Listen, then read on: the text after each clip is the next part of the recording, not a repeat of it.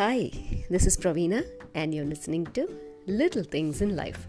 So, this week, what is the small little thing that we are going to talk about? I thought I will talk about something very important, and especially when we have our family members and our kids at home. Now, all the parents are facing a problem where they say that the kids are not listening to them. Of course, they will not listen. They've been home for more than 3 months now. So, let's see what we can do to make them listen to us. Yeah. So, I'm going to give you 10 small tips that will help children follow your instructions. Will that be helpful?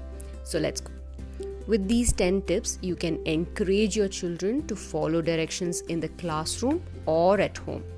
This will really help them, okay? So, to start with, ask for their attention. So, before you start talking, ask for their attention. Ask them if you can talk to them.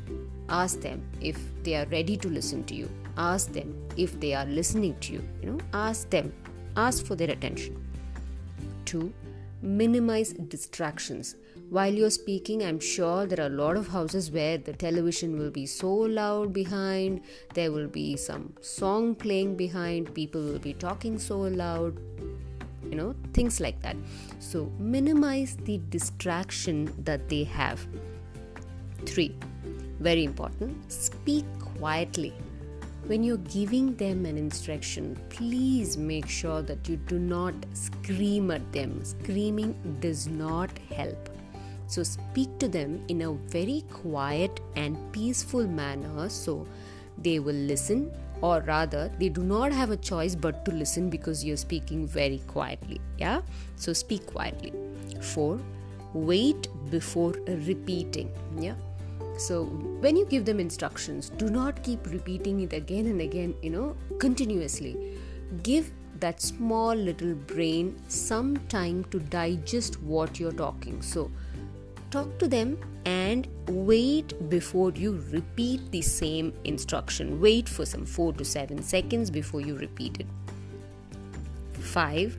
Ask if they understand. Okay, so you might have given them an instruction, but they wouldn't have understood what you would have told. So there is no point in expecting them to complete the instructions that you've given. So ask them to repeat the directions given.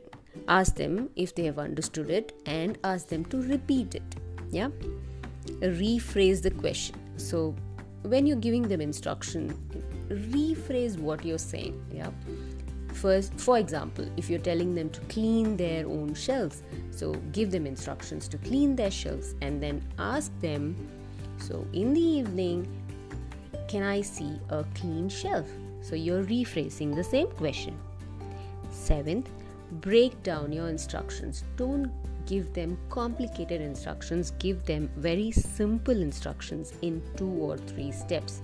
So step 1, go brush your teeth. Step 2, wash your face. Step 3, dry it in your towel. Step 4, have some warm water and then come to mama. So those are small little instructions that you're going to break down for them. Number 8, number your directions. As I already told you, always have numbers to your direction. Tell them, see, I have given you 4 things to do, so follow 1, 2, 3, 4. Once you complete, tell mama about it or daddy about it.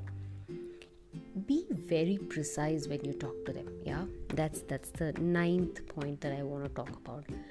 Do not beat around the bush. When you beat around the bush, number 1, the child does not understand what you're talking.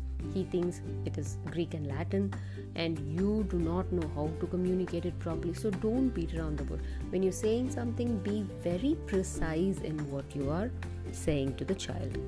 The last one and very effective one, use visual reminders. See, what I do personally is I have small little post-its which I write and post it on my child's computer desk, or I put it in the front page of his notebook, or I put it on the small little tiffin that he uses for lunch. So that way it is visually telling them again about what you wanted them to do, and it also makes them feel really happy. You can actually see a smile on their face every time they see that note. So why don't we start using that? Visuals usually create a lot of happiness in them, which is a very small gesture but can be followed and can help in a big way. Yeah. So these are some of the tips that I wanted each one of you to follow and see the difference when it comes to your child listening to your directions.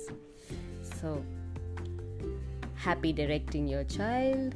Have a good weekend, and I'll meet you in the next episode.